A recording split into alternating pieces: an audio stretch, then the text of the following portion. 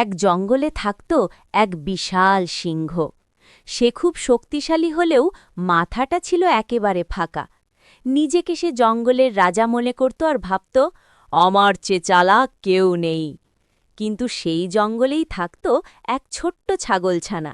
আকারে ছোট হলেও তার মাথা ছিল খুব তীক্ষ্ণ। সে জানত শক্তির চেয়ে বুদ্ধি বেশি দরকার। একদিন দুপুরবেলা সিংহ খুব ক্ষুধার্ত হয়ে ঘুরছিল। হঠাৎ সে দেখল ছাগলছানা একা ঘাস খাচ্ছে। সিংহ গর্জন করে বলল, ওই ছাগল, আজ তুই আমার খাবার। ছাগলছানা ভয় না পেয়ে শান্তভাবে বলল, মহারাজ, আমাকে এখন খেলে আপনার অনেক ক্ষতি হবে। সিংহ অবাক, ক্ষতি? তুই তো ছোট্ট ছাগল। ছাগলছানা বলল, আমি একটা জাদুকরি ছাগল, আমাকে খেলে আপনি ৩ দিন অসুস্থ থাকবেন, কিন্তু যদি আমাকে কাল খান আমি ততদিনে সোনা খেয়ে মোটা হয়ে যাব। সিংহ ভাবল, সোনা খেয়ে মোটা হবে? বাহ, বড় খাবার। সে বলল, ঠিক আছে, কাল আসবি, পালাতে পারবি না।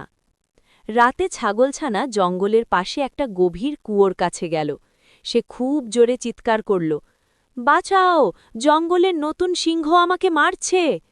সিংহ শব্দ শুনে দৌড়ে এলো। কুয়োর ভেতর নিজের প্রতিচ্ছবি দেখে ভাবল আর একটা সিংহ আছে।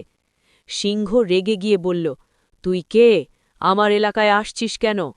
সে লাফ দিয়ে কুয়োর ভেতর ঝাঁপ দিল। ছপাস! সিংহ আর উঠে আসতে পারল না।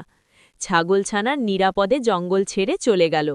সব প্রাণী খুশি হয়ে বলল, শক্তি থাকলেই রাজা হওয়া যায় না, বুদ্ধি থাকলেই বাঁচা যায়।